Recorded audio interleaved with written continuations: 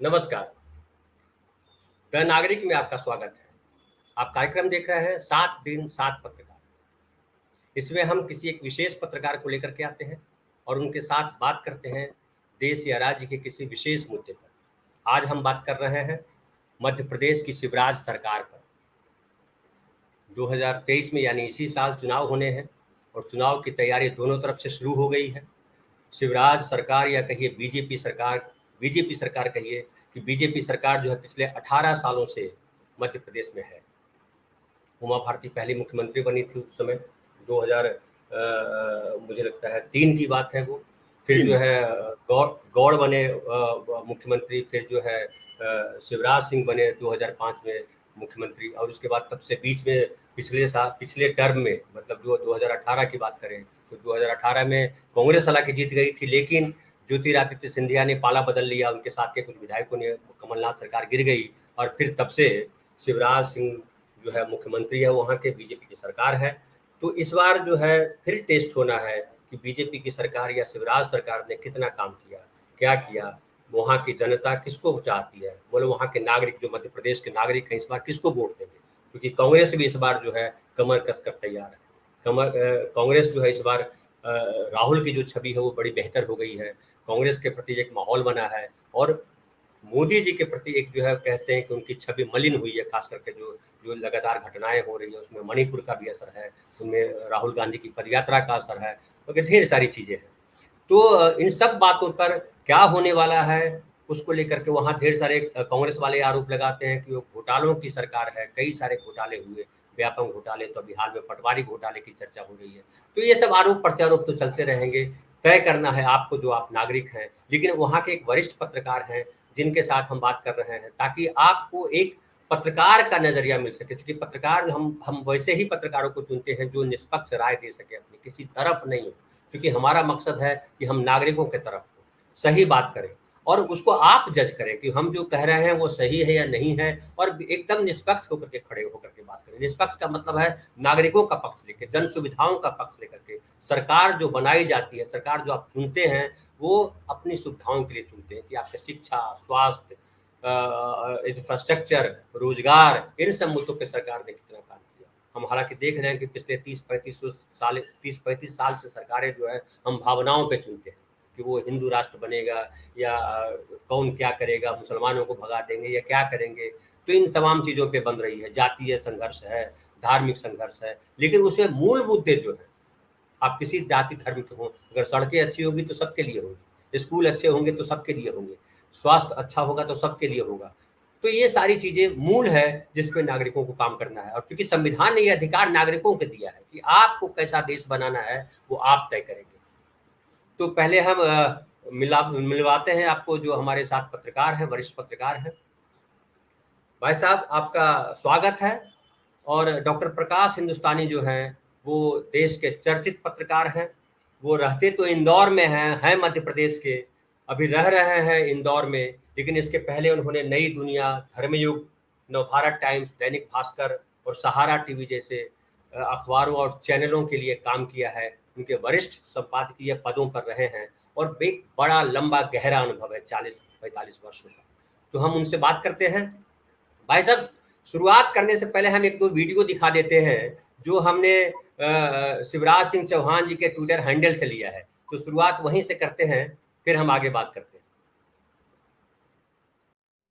जी सच में बेटा बेटियों, मैं तुमसे बहुत प्यार करता हूं। I love you. तुम्हारे मम्मी पापा सोचते हैं कि हमारे बेटा बेटियों का भविष्य सुरक्षित हो, वो सुखी रहें। वैसे ही सच कह रहा हूं बेटा बेटियों तुमसे, मैं भी दिन रात यही सोचता हूं। 3 लाख बच्चों की फीस अभी भरवा रहा हूं।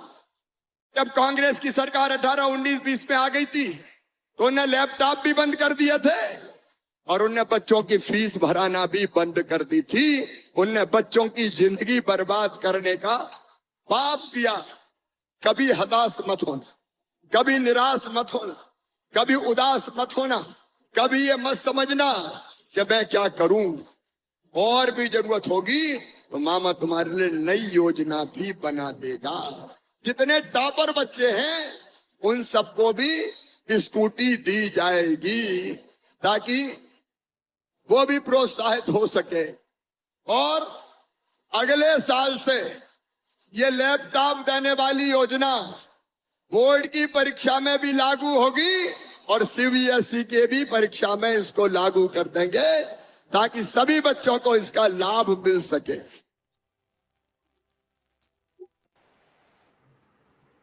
तो एक और वीडियो है भाई साहब जो किसानों से कुछ कह रहे हैं, वो भी देख लेते हैं, फिर बात करेंगे। याद करो जब कांग्रेस की सरकार थी कितने % ब्याज पर कर्जा मिलता था? अरे भूल गए क्या? 16, मैंने घटा के 18, मैंने घटा के 7 किया, 7 से 5 किया, 5 से 3 किया, 3 से 1 किया और फिर 0% ब्याज पे कर्जा दिया। तो भारतीय जनता पार्टी की सरकार दुनिया में कम होता है, कोई बता दो। किसान भाइयों, सिंचाई का पानी उज्जैन देने वालों को वही बता दो।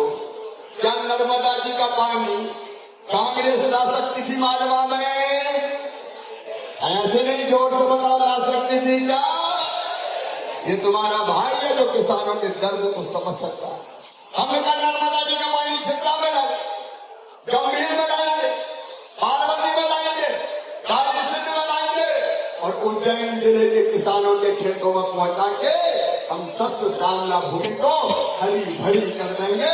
फसलें ले रहा अभी काम कर रहे हैं, पाइपलाइन में नहीं, सिंचाई का पानी कौन लाए? कांग्रेस ने कभी नहीं दिया। 7.5 लाख हेक्टेयर में सिंचाई हुई, राजा नवाब अंग्रेज कांग्रेस सबकी मिला के अकेले भारतीय जनता पार्टी ले गई 47 लाख हेक्टेयर पे और 65 लाख हेक्टेयर में सिंचाई की व्यवस्था करूंगा। किसान भाइयों चिंता मत करना, भारतीय जनता पार्टी की सरकार।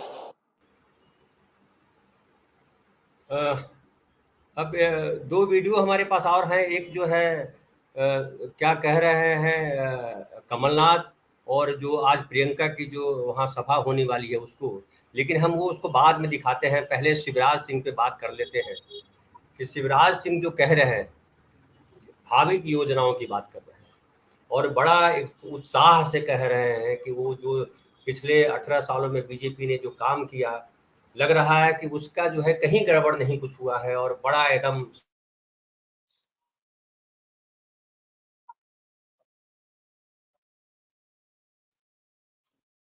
आपके मुख्यमंत्री भी इतने साफ और स्वच्छ हैं, उनकी सरकार इतनी ही साफ और स्वच्छ है।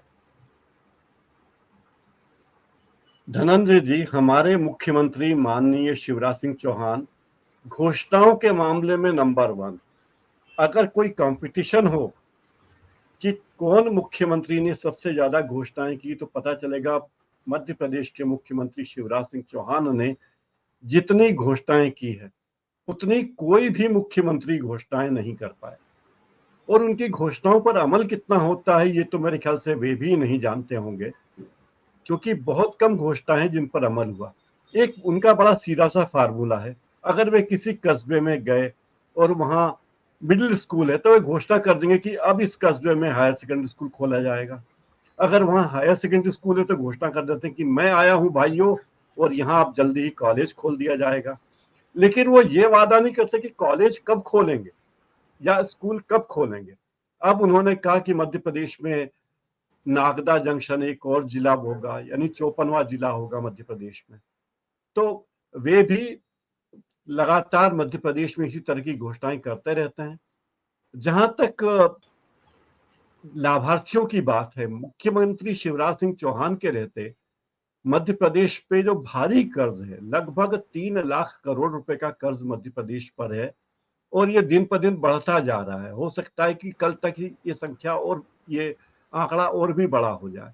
जब बीजेपी को 2003 में सरकार मिली थी तब केवल 20,000 करोड़ का कर्ज मध्य प्रदेश पे था।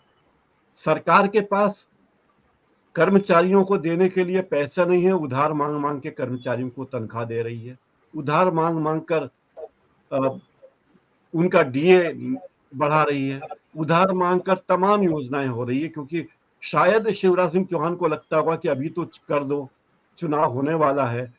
जैसे कि लाडली बहना योजना में उन्होंने घोषणा की है कि मैं बहनों को 3,000 रुपये महीना दूंगा, जो भी महिलाएं 21 साल से बड़ी हैं। पहले 23 साल था, अब 21 साल कर दिया, तो करीब करीब 1.5 करोड़ महिलाओं को वो पैसा दे रहे हैं। उन्होंने 1,000 से शुरुआत की, फिर बड़ा भारी विज्ञापनबाजी की और कहा कि भाइयों मैं इसे अब 1,250 करूंगा, फिर 1,500 करूंगा, फिर 1,750 करूंगा, फिर 2,000 करूंगा, फिर 2,250 करूंगा। उन्होंने पूरे रामायण बांची और फिर बताया कि मैं 3,000 भी कर दूंगा अगर मुझे पैसे मिल गए, यानी हमारी स्थिति सुधरी तो। क्योंकि चुनाव है और कर्नाटक में कांग्रेस की सरकार ने 1,500 रुपए महिलाओं को देने की शुरुआत कर दी है। राजस्थान में भी घोषणा हो गई है, तो ये उनकी मजबूरी है। कांग्रेस ने घोषणा की कि अगर वो सरकार में आई तो बहनों को 1,500 रुपये महीना हर महीना देगी। तो बीजेपी को लगा कि कहीं हम पिछड़ न जाएं, लेकिन सरकार के पास पैसे नहीं। पटवारी भर्ती में जो घोटाले हुए वो तो जबरदस्त है। मैं उस पे आता हूँ भाई साहब, जी घोटालों पे भी आता हूँ। मैं ये जी कहूँ जी कि जो है एक जो है बड़ा पुराना जो है कथन है, उक्ति है बड़े आदमी की, ऋणम कृत्वा घृतम पिबेत, ऋण जी लेकर घी पियो। हाँ तो ऋण लेके अगर घी पी रहे हो और स्वस्थ हो, अब फिर जो है मेहनत करो, काम करो और कर्जा चुका दो, तो अच्छी बात। लेकिन अगर आप कर्ज लो और आप सैलरी न दे पाओ, विकास के कार्यक्रम न कर पाओ, घोटालों में पैसा कहीं घुस जाए, तो बड़ा टेंशन है। तो कांग्रेस का जैसा आरोप है कि ये सरकार जो है बेसिकली बीजेपी सरकार घोटालों की सरकार है और 50 घोटाले हैं। और सबसे बड़ा घोटाला उसमें व्यापम घोटाला हुआ। अभी पटवारी घोटाला की आप बात कर रहे थे, पटवारियों में भी कहा जा रहा है कि पटवारी का जो चयन हुआ उसमें भी घोटाला हुआ। तो क्या कांग्रेस का आरोप ये सही लगता है कि घोटालों की, वाकई घोटालों की सरकार है? क्योंकि हालांकि मैं कहूं कि व्यापम में तो अब तक कोई रिजल्ट मुझे नहीं पता है कि आया है तो आप बताइए कि व्यापम में कुछ 50 के करीब लोग संदेहास्पद स्थिति में मारे गए, जो भी हुआ, लेकिन वो अब तक नहीं समझ में आया कि हुआ क्या। सीबीआई जांच कर रही है, उसका क्या हुआ?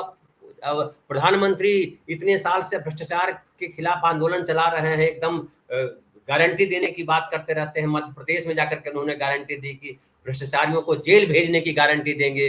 लेकिन इतने सालों में अब बताइए कि 18 सालों में या 15 सालों में या 10 सालों में भी अगर आप घोटालेबाजों को बंद नहीं करेंगे तो क्या करेंगे? फिर क्या आप कानून बना रहे हैं, क्या आप सरकार चला रहे हैं? जी देखिए, शिवराज सिंह चौहान का एक मात्र और एक मेव लक्ष्य है कि आगामी चुनाव में किसी भी तरह बीजेपी को बहुमत मिल जाए। 2018 का अनुभव उनका बुरा नहीं रहा। शिवराज सिंह चौहान के नेतृत्व में मध्य प्रदेश में बीजेपी ने चुनाव लड़ा था और बीजेपी को 230 में से 109 सीटें मिली थी।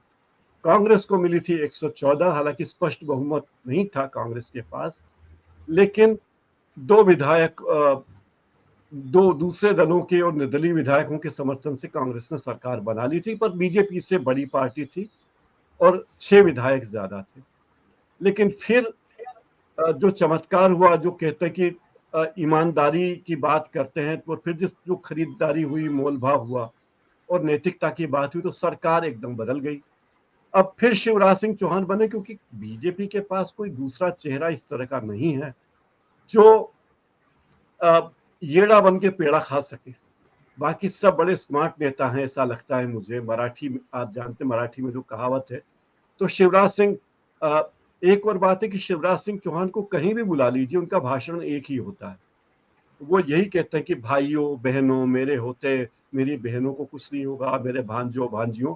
और हर जगह उनका एक ही काम है कि एक घोषणा करना। भ्रष्टाचारियों की बात होती है तो कहीं भी किसी भ्रष्टाचारी को सजा मिली नहीं।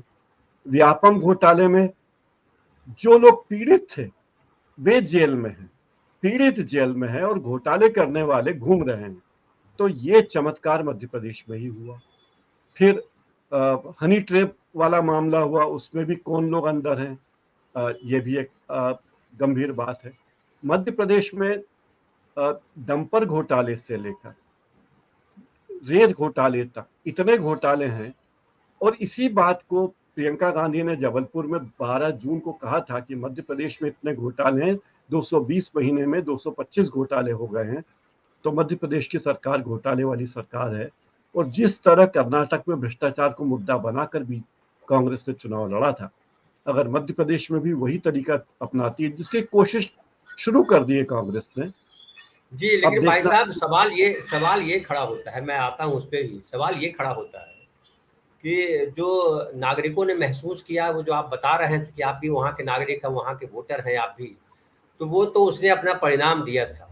और जो 2018 में जब चुनाव हुआ था तो कांग्रेस को भले स्पष्ट बहुमत नहीं दिया था, लेकिन बहुमत के करीब ला दिया था और कमलनाथ की सरकार बन गई थी, शिवराज सिंह को हटा दिया था। लेकिन अब जब कांग्रेस ही अपनी पार्टी के लोगों को संभाल के नहीं रख सकी, कमलनाथ जी संभाल नहीं सके सिंधिया जी को, सिंधिया अपने 21-22 विधायकों को लेकर के चले गए, तो इसमें जनता क्या करे, नागरिक क्या करे? ये तो यक्ष प्रश्न है धनंजय जी। सवाल यह है कि कांग्रेस के आंतरिक मतभेद जो रहे, दिग्विजय सिंह को कहा जाता है कि दिग्विजय सिंह के कारण सिंधिया ने बीजेपी में जाना पसंद किया, क्योंकि सिंधिया की कोई बात चलती नहीं थी। यहां तक कि कमलनाथ और दिग्विजय सिंह राहुल गांधी की के निर्देशों की भी घोर अवहेलना कर देते थे। जैसे राहुल गांधी की ओर से चिट्ठी आई कि ज्योतिरादित्य सिंधिया को मध्य प्रदेश कांग्रेस का अध्यक्ष बना दिया जाए, लेकिन कमलनाथ ने नहीं बनने दिया। वो चिट्ठी कचरे के डिब्बे में डाल दी और राहुल गांधी कुछ कर नहीं पाए। और इसके बाद जब कांग्रेस टूटी, अब उसके बाद कमलनाथ भले ही कितनी भी बात कहते रहे कि हम ये करेंगे, हम बनेंगे, लेकिन वो वैसा कुछ कर नहीं पाए। दूसरी बात है कि बीजेपी सरकार में इतने भ्रष्टाचार हुए थे 2018 तक कि कांग्रेस के नेता चाहते तो सभी दोषियों को जेल की सलाखों के पीछे भेज देते, लेकिन कांग्रेस ने ये नहीं भेजा, नहीं काम नहीं किया। शायद ये एक दूसरे की देखभाल करने की बात रही होगी कि अभी हम आपको बख्श रहे हैं और हमें आप बख्श देना सरकार आने की बात। तो लगता है कि ऐसा ही कुछ हो रहा है धनंजय जी। भाई साहब, जो आप कह रहे हैं उसमें दो बातें दिख रही है। वो चाहे सिंधिया की बात आपने की और राहुल गांधी की अवहेलना की बात की, कमलनाथ जी ने सत्ता में आने के बाद ये नहीं किया। दोनों पहलू, एक तो धोखा दिया सिंधिया ने कि सिंधिया कांग्रेस की सरकार थी, राहुल गांधी की भी बात आप कह रहे हैं नहीं चल रही थी, तो वो आंतरिक लड़ाई थी, कांग्रेस की आंतरिक लड़ाई को कैसे सॉल्व किया जाता और सरकार रहती और क्या होता, उस पर एक प्रयास होता। लेकिन उन्होंने, जनता ने उनको, जो नागरिकों ने वोट दिया था उनको, सिंधिया को, वो कांग्रेस के नेता के तौर पर दिया था। और सरकार तोड़ करके आप जो है सरकार तोड़ देते, गिरा देते, आप कहीं नहीं जाते, आप बोलते कि नहीं मैं इस सरकार का समर्थन में नहीं हूं, सिंधिया ये कमलनाथ सही काम नहीं कर रहे हैं, अगर ऐसा कहते। लेकिन आपने क्या किया कि आप जो है पार्टी भी तोड़ दी, नेताओं को लेकर के उधर चले गए और खुद चले गए वहां। तो एक तो सिंधिया पे लगता है नागरिकों का ये धोखा करने का आरोप ये लगता है। दूसरी बात जो आपने कमलनाथ वाली बात कही कि कमलनाथ आए सत्ता में और ये घोटालों की बात करके आए और लगा नागरिकों को कि ये सरकार जो है, बीजेपी के सरकार के जो नेता हैं उनको जेल जाना चाहिए, भ्रष्टाचार पे सही सही जांच हो और भ्रष्टाचारियों को बंद किया जाना चाहिए, वो कमलनाथ ने नहीं किया, ये भी नागरिकों से धोखा है। तो ये दोनों धोखाओं के बीच में अब नागरिक जो है, अभी जो चुनाव आ रहा है उसमें किसकी तरफ उसका झुकाव दिख रहा है, वो क्या करे नागरिक, क्योंकि नागरिक जिसको चुनते हैं वो धोखेबाज निकल जाते हैं। तो क्या करें, क्या करेंगे आप, किसको वोट देंगे, कैसे वोट देंगे आप? देखिए हालांकि धनंजय जी, हालांकि हालांकि जो सर्वे एक आया है, सर्वे में बताया जा रहा है, कोई मध्य प्रदेश लोकपाल मेगा सर्वे किया है और वो कह रहे हैं कि 1,72,500 लोगों का सर्वे किया उन्होंने। वो बता रहे हैं कि बीजेपी 90 से 95 सीट पे आएगी, कांग्रेस 130 से 135 सीटों पे आएगी। तो ये जो सर्वे है वो ये बता रहा है, मतलब ये बता रहा है, अगर हम इसको तात्कालिक तौर पे, हालांकि मैं इन सर्वे में बहुत बिलीव नहीं करता हूँ, लेकिन अगर माने तो ये लग रहा है कि नागरिक फिर से तय कर चुके हैं, क्योंकि पिछली बार उन्होंने वो किया था और शिवराज सरकार को पसंद नहीं किया था, तो दोबारा शायद पसंद नहीं ही करें, ऐसा मुझे लग रहा है। तो आप किस तरह से देख रहे हैं नागरिक ये जो दो धोखे हैं, एक सिंधिया के और एक जो है कमलनाथ के, तो क्या कमलनाथ इससे सबक लेंगे और इस बार वो काम करेंगे या नागरिक जो है फिर धोखा खाएंगे, क्या लग रहा है? नागरिकों ने अपना मन ये बनाया है कि वे उम्मीदवार को देखकर वोट देंगे। उम्मीदवार अगर अच्छा है, उनकी पसंद का है, कर्मठ है, तो वे उसे वोट देंगे बजाय पार्टी पर जाने के। दूसरी बात, कमलनाथ जी का जो विचार है, कमलनाथ जी का रास्ता बहुत साफ है। कांग्रेस में अब कोई अंतर्विरोध नहीं है, कमलनाथ कांग्रेस के एक छत्र नेता हैं मध्य प्रदेश में, और कमलनाथ के चेहरे पर कांग्रेस चुनाव लड़ने वाली, जबकि शिवराज सिंह चौहान के चेहरे पर बीजेपी मध्य प्रदेश में चुनाव नहीं लड़ने वाली। यहाँ चेहरे के नाम पर अभी भी नरेंद्र मोदी ही होंगे।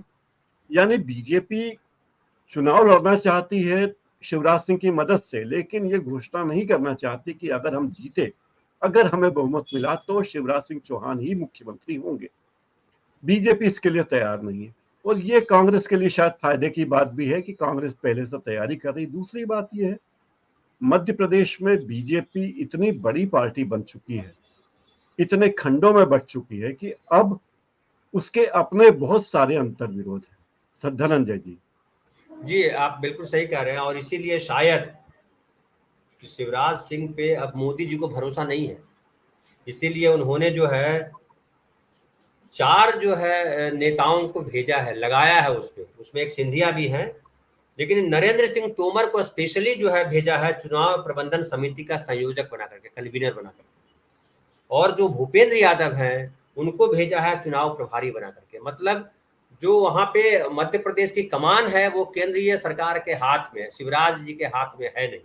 एक दूसरी बात जो आपने कहा कि बीजेपी में अंतरकलह हैं, वो चाहे नरोत्तम मिश्रा जी हो, कैलाश विजयवर्गीय हो, शिवराज सिंह हो, मतलब पुराने और नए जो बीजेपी है, जो एक बीजेपी है जो वाजपेयी जी के समय की बीजेपी है, शिवराज सिंह साथ में है, एक बीजेपी है जो मोदी जी और शाह जी की बीजेपी है, और एक मुझे और लगता है उमा भारती भी एक तीसरा खेमा है। उमा भारती भी अपना कुछ काम करती रहती, क्योंकि उनको तो दोनों ने किनारे करके रखा, या किनारे खुद हो गए, जैसा भी रहा। अब जो है बीजेपी तैयारी कर रही है विजय संकल्प यात्रा की, विजय के संकल्प को लेकर के एक यात्रा करने जा रही है, शायद इस महीने के आखिर में करे वो, और उसकी तैयारी चल रही है, और उसकी जिम्मेदारी जो है ज्योतिरादित्य सिंधिया और फग्गन सिंह कुलस्ते को दिया है। तो क्या ये लग रहा है कि जैसे मोदी सरकार या जो कहिए जो केंद्रीय नेतृत्व है बीजेपी का, वो बिलीव कर रहा है कि शिवराज सिंह काम नहीं करेंगे, शिवराज सिंह को हटाया जाए और ये हम लाते हैं, तो क्या ये आने के बाद नरेंद्र सिंह तोमर क्या बीजेपी की जो छवि है उसको बेहतर कर पाएंगे? धनंजय जी, जहां तक मैं समझता हूं धनंजय जी, कि ये पूरी व्यवस्था प्रबंधन के लिहाज से की गई है, पार्टी प्रबंधन के लिहाज से ये सब व्यवस्था की गई है। नरेंद्र सिंह तोमर को लाना मजबूरी थी, क्योंकि ग्वालियर चंबल क्षेत्र में ज्योतिरादित्य सिंधिया एक बड़ा चेहरा बीजेपी का बन चुके हैं। नरेंद्र सिंह तोमर का गुट अपने आप को उपेक्षित न महसूस करे। नरेंद्र सिंह तोमर केंद्र में मंत्री हैं, संगठन में बड़े बड़े पदों पर रहे हैं, इसलिए उनको लाना लाजमी था। अश्विनी वैष्णव भी सह प्रभारी हैं चुनाव के, यानी बीजेपी किसी एक व्यक्ति पर भरोसा करते ही नहीं है, या बीजेपी केवल 2 लोगों पर 2.5 लोगों पर भरोसा करती है, नरेंद्र मोदी, अमित शाह और नड्डा जी। बाकी सारे लोग उनके लिए बहुत छोटे छोटे दरोगा होते हैं, या कहना चाहिए थानेदार होते हैं, जो उनकी तरफ से निगरानी करते हैं। सवाल बीजेपी के सामने सबसे बड़ी चुनौती यह है कि कोई चेहरा उसके पास है ही नहीं। बीजेपी या इतने चेहरे हैं और कोई भी चेहरा सर्वमान्य नहीं है। कांग्रेस ने एक सर्वमान्य चेहरा कमलनाथ का प्रस्तुत कर दिया है, जिसे सब लोग मान रहे हैं, अरुण यादव भी मान रहे हैं, सुरेश पचौरी भी मान रहे हैं, विजय लक्ष्मी साहब, सभी मान रहे हैं, लेकिन बीजेपी में ऐसा संभव नहीं है। और जब 2018 के चुनाव हारने के बाद, कमलनाथ की सरकार गिरने के बाद, जब फिर से शिवराज सिंह चौहान मुख्यमंत्री बने थे, तब ये कहा जा रहा था कि अब शिवराज सिंह चौहान कितने दिन के हैं ये देखना होगा, 1 महीने, 2 महीने, 3 महीने। और पिछले साल भर से तो ये अखबारों के स्थायी स्तंभ की तरह है कि शिवराज सिंह चौहान अब गए तब गए, अब गए तब गए। यानी शिवराज सिंह चौहान इतने मझधार में है, इसका भरोसा उन्हें खुद भी नहीं होगा कि वो कितने दिन वो रह पाएंगे। लेकिन चूंकि वे एक बड़े घोषणावीर हैं, अपने आप को मोदी और शाह के वफादार साबित करने में कोई मौका नहीं चूकते। उनकी कार्यशैली बिल्कुल वही है जो प्रधानमंत्री नरेंद्र मोदी और बीजेपी की केंद्रीय नेतृत्व की है। हर चीज इवेंट है, मध्य प्रदेश में हर चीज इवेंट है। और आपने देखा होगा अभी जो आपने वीडियो दिखाया, जो उनके ट्विटर अकाउंट से लिया है, उसमें वो स्टेज से भाषण नहीं दे रहे हैं, वो रैंप पे चल, फैशन शो होता है ना, जिसमें एक एक सुंदरी बिल्कुल। आती है, अलग अलग पोशाकें नहीं, बदलती फैशन हैं। शो क्या बोलिए, वो स्टेज शो जब करते हैं किसी किसी बड़े बड़े सिंगरों के, तो वैसा ही मंच बनाया जाता है। वो सिंगर जो है मंच तक दूर तक जाता है जनता हाँ के बीच में, वो है। जी जी। तो ये सब इवेंट की सरकार है। और जी। मध्य प्रदेश में तो सरकार चला रहे 3-4 ब्यूरोक्रेट्स। न तो बीजेपी के दूसरे नेताओं की चलती है, यहाँ चलती है उन ब्यूरोक्रेट्स की, शिवराज सिंह चौहान की और शिवराज सिंह चौहान के परिजनों की, जिसमें उनकी पत्नी का नाम मुख्य रूप से बताया जाता है, धनंजय जी। जी, लेकिन भाई साहब, जो आपने कहा कि 2.5 लोगों की चलती है बीजेपी में, लेकिन मुझे लगता है 2.5 लोग भी नहीं है, वो एक ही है। उन्हीं का कुछ, उनकी कुछ साजिश है ना। सूरज में रोशनी है, उसकी रोशनी जो है चांद तक भी जाती है, धरती पर भी आती है, पता नहीं कहाँ कहाँ जितने ग्रह हैं सब पे जाती है। तो सूरज जो है बीजेपी के, वो नरेंद्र मोदी है और उन्हीं के पास रोशनी है। बाकी किसी के पास रोशनी है नहीं, उन्हीं से उधार ली हुई रोशनी है। रिफ्लेक्ट होके आती है ना, अब जो चांद से है मैं रिफ्लेक्ट कहूँ होके कि रोशनी आती है धनंजय जी। चांद से जी, रिफ्लेक्ट होके रोशनी आती है, वैसे ही नड्डा जी से रिफ्लेक्ट होके, अमित शाह हाँ से हाँ हाँ हाँ रिफ्लेक्ट होके थोड़ी हाँ, थोड़ी आती रहती है जी। बिल्कुल। लेकिन ये रोशनी शीतल हो, चांद की रोशनी तो शीतल होती है, लेकिन यहाँ से जो रिफ्लेक्ट होकर के आता है वो भी अहंकार ही निकल करके आता है। जिस तरह से उन्होंने जी कहा था नड्डा साहब ने वहां जाकर के पटना में, कि सारे विपक्षी जो खास करके जो रीजनल पार्टियां हैं वो खत्म हो जाएंगी। तो मुझे लगता है मोदी जी ने भी जो नहीं कहा था वो जाकर के वो बोल आए थे। और नतीजा हुआ कि आज जो है वो 38-40 पता नहीं कितने दलों के साथ जो है गठबंधन दो करने को दो कम है मजबूर अभी है। भी, 2 कम है जी। धनंजय जी, अभी 2 कम पड़ रहे हैं। अच्छा, 2 कम पड़ रहे हैं, अभी और आ जाएंगे। तो जी वो बात है। लेकिन अब मैं बात करूं कि एक उसके पहले वीडियो दिखा देता हूं। अब आते हैं इन पे, कमलनाथ जी पे। और आज जो है प्रियंका, शायद कांग्रेस की रैली हो रही है वहाँ आपके ग्वालियर। प्रदेश में, ग्वालियर में। और वहाँ वो एक तरह से कहिए कि ये विजय संकल्प यात्रा तो बीजेपी बाद में शुरू करेगी, उसके पहले कांग्रेस ने शंखनाद कर दिया है। तो दोनों वीडियो देख लेते हैं, फिर हम बात करते हैं इस बात पर। जी तस्वीर सबके सामने है। सबसे बड़ी चिंता मुझे नौजवानों की है, खास करके जो हमारे आदिवासी नौजवान हैं, जो सबसे कमजोर वर्ग के नौजवान हैं, जिनका भविष्य सुरक्षित नहीं है। बेरोजगारी हमारी सबसे बड़ी समस्या है मध्य प्रदेश में। 1 करोड़ नौजवान मध्य प्रदेश में बेरोजगार हैं।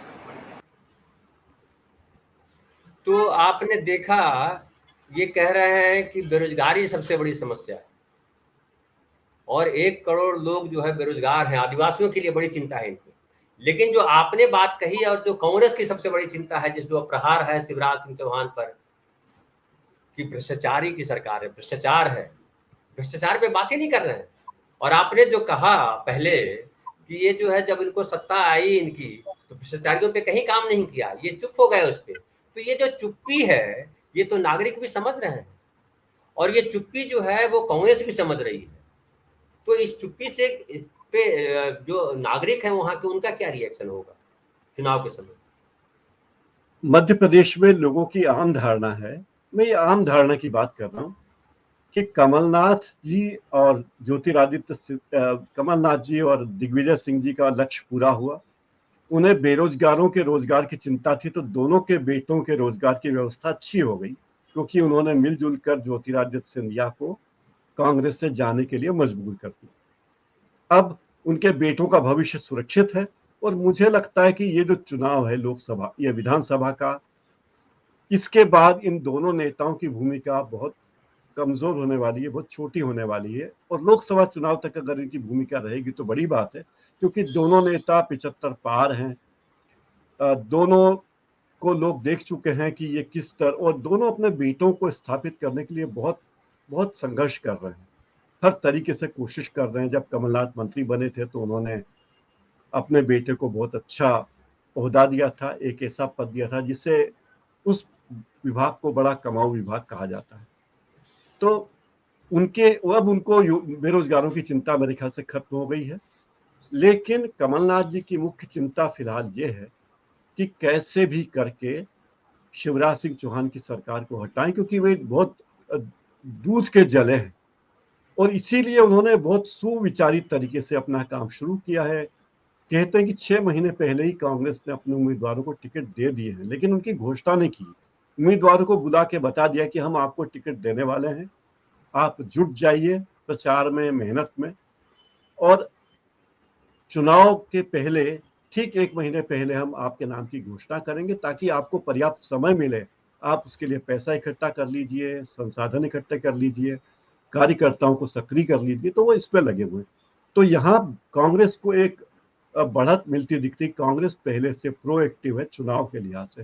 दूसरी बात ये कि जो युवाओं में बेरोजगारी की बात है, मध्य प्रदेश में चरम पर है, दुर्घटनाएं चरम पर हैं, सारा पैसा सरकार का इवेंट में और विज्ञापनों में खर्च हो रहा है, लोगों के हाथ में कुछ आ नहीं रहा है।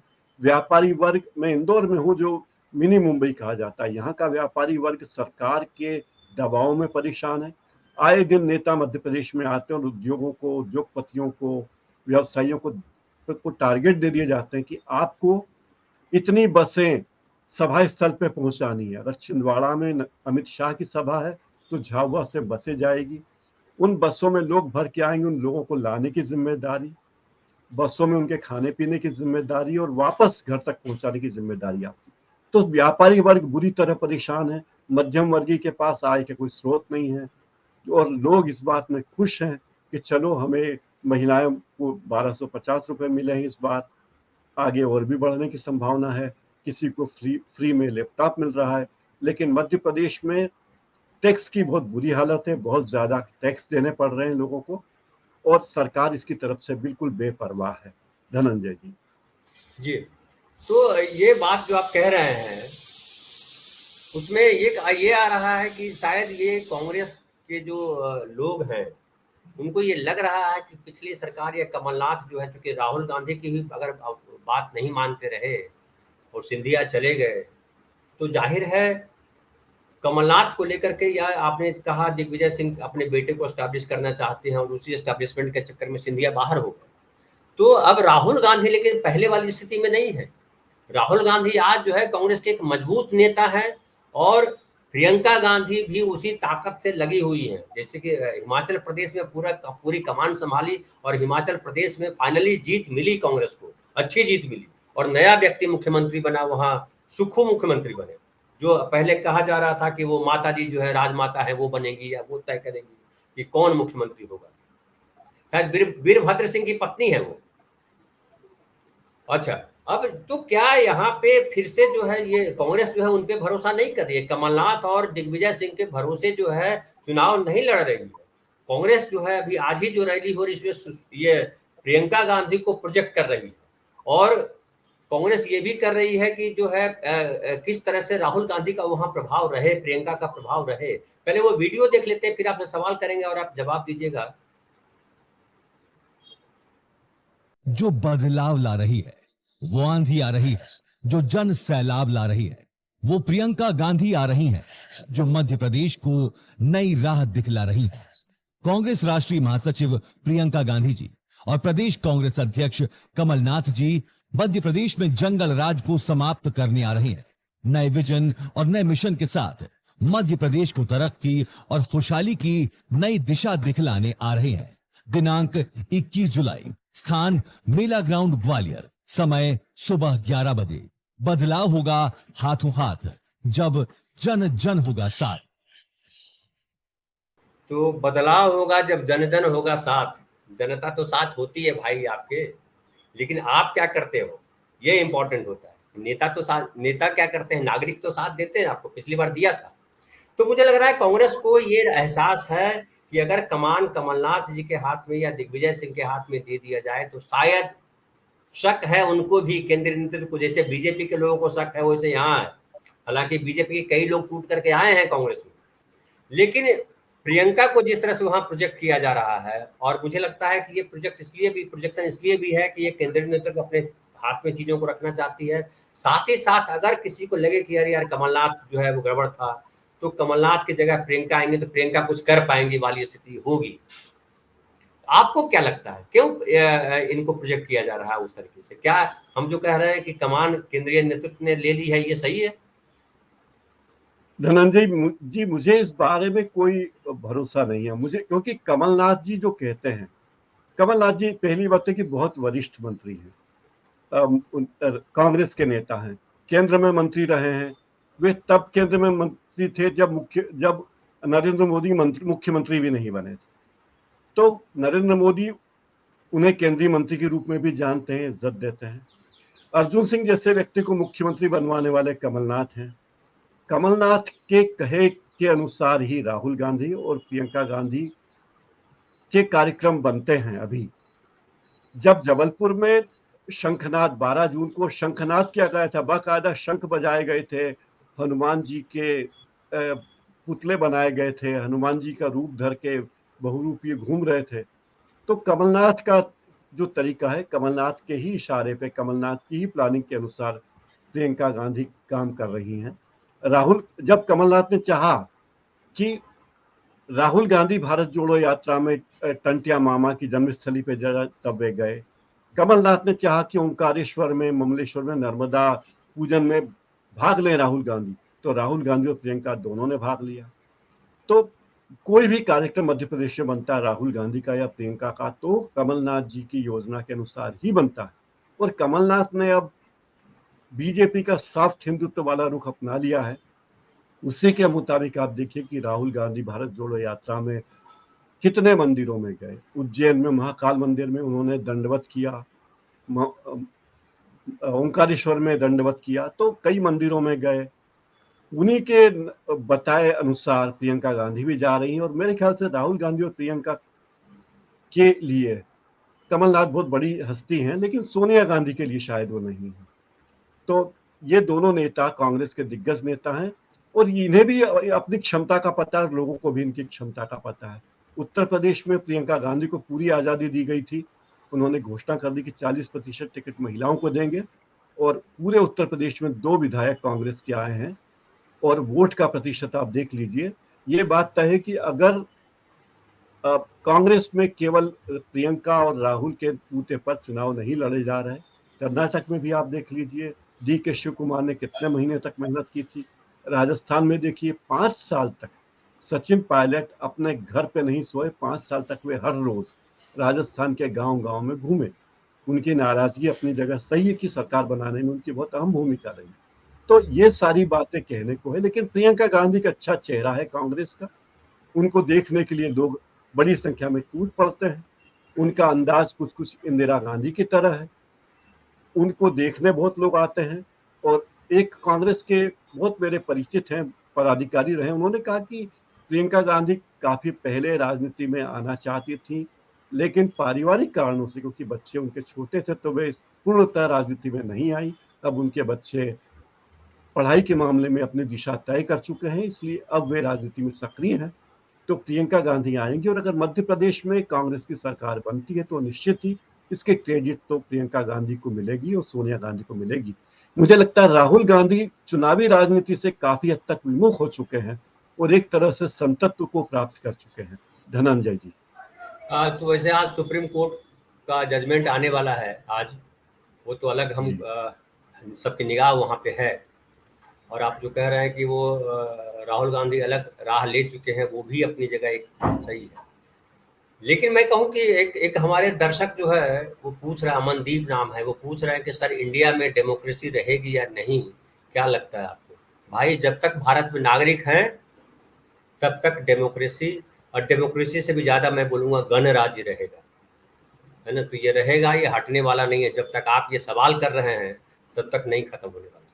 तो मैं एक आखिर में आप सवाल करूं भाई साहब कि आप जो हम जिस तरह से हम लोगों ने एक विश्लेषण किया है, उसमें घोटाले और भ्रष्टाचार के मुद्दे जो है, जो सबसे इम्पोर्टेंट बताते रहते हैं मोदी जी, या जो कांग्रेस जिस तरह से आरोप लगाती रहती है शिवराज सिंह पे, वो दोनों मुद्दे जो है, मुद्दे तो हैं, चुनाव में है, लेकिन वो असर दिखता नहीं है जब सरकार बन जाती है। तो क्या आपको ये लगता है कि नागरिक जो है ये मान चुकी है कि भ्रष्टाचार तो होगा, उसको रोका नहीं जा सकता है, एक, और भ्रष्टाचार कोई बड़ा मुद्दा उसके लिए नहीं रहा। दूसरी बात, क्या नागरिक मजबूर हैं कि हमें इन्हीं से किसी को चुनना है? और तीसरी बात कि क्या प्रियंका राहुल का जो प्रभाव कांग्रेस में बढ़ रहा है, ठीक है आप कह रहे हैं कि जो कमलनाथ के इशारे पे ही सब होता है, लेकिन राजनीति तो संभावनाओं का खेल है, कब क्या पलट जाए कुछ नहीं पता। तो एक उम्मीद है लोगों को, खास करके कांग्रेस के कार्यकर्ताओं को, कि राहुल जी जब सत्ता संभालेंगे या कमान संभालेंगे तो न्याय करेंगे। खड़गे साहब से भी एक उम्मीद है, क्योंकि खड़गे जो है कांग्रेस के अध्यक्ष हैं, और जिस तरह से मोदी जी ने कल कहा कि राजस्थान की तरफ उंगली उठा दी उन्होंने महिलाओं पे अत्याचार को लेकर के, या मध्य प्रदेश में भी जो है रेप की घटनाएं कम नहीं है। मैं कल देख रहा था एनआरसीबी की रिपोर्ट, उसमें सबसे ज्यादा राजस्थान में है, उसके बाद मध्य प्रदेश में। और मध्य प्रदेश में दलितों के साथ जिस तरह से बर्ताव हो रहा है राजस्थान में, उससे कम जो है मध्य प्रदेश में नहीं है। और जिस तरह से पेशाब कांड बड़ा हिट हुआ गलत शब्द हालांकि है, पेशाब कांड जिस तरह से चर्चा में आया, और बहुत बुरी बात है जिस तरह से वो घटनाक्रम हुआ, लेकिन जिस तरीके से उसको शांत कर दिया गया, उसमें सरकार की मंशा दिखाई पड़ती है कि दलितों के साथ या वंचितों के साथ सरकारें आमतौर पे नहीं है, तो चाहे राजस्थान हो या चाहे मध्य प्रदेश हो। तो क्या दलितों में क्या भाव है, क्या खड़गे, क्या राहुल गांधी, क्या प्रियंका गांधी इस पे कुछ असर डाल पाएंगे?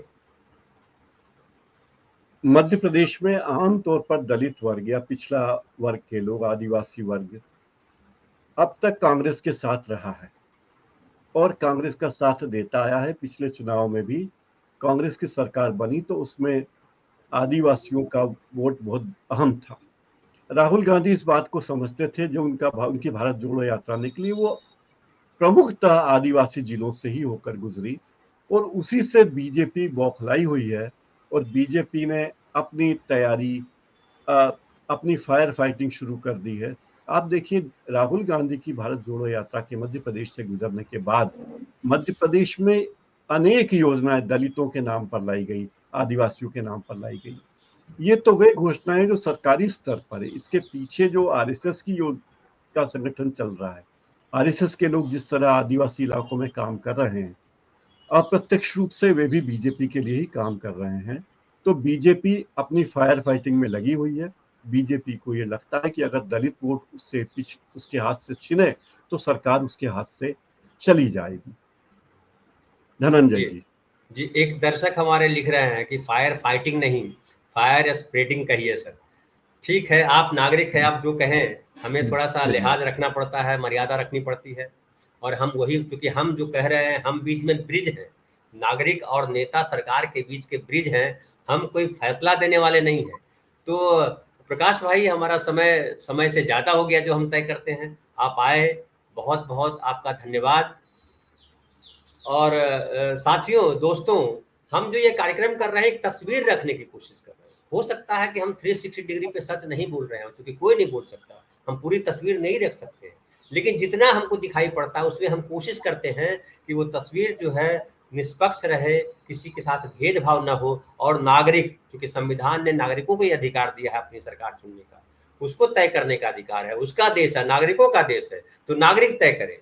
तो मैं भी चूंकि एक नागरिक हूं, तो मेरा भी एक पर्सपेक्टिव होता है, और चूंकि हम जर्नलिस्ट हैं, तो पत्रकार वाली भूमिका में जब हम आते हैं तो नागरिक को हम पीछे कर देते हैं, और जो हमें दिखता है वो हम सामने रखते हैं। तो आपने ये प्रोग्राम देखा, आपको कैसा लगा आप जरूर बताएं, और हमारा कार्यक्रम अगर आपको अच्छा लगता है तो आप शेयर करें दोस्तों के साथ, और हमारा चैनल सब्सक्राइब करें, आगे बढ़ाएं। बहुत बहुत धन्यवाद, नमस्कार।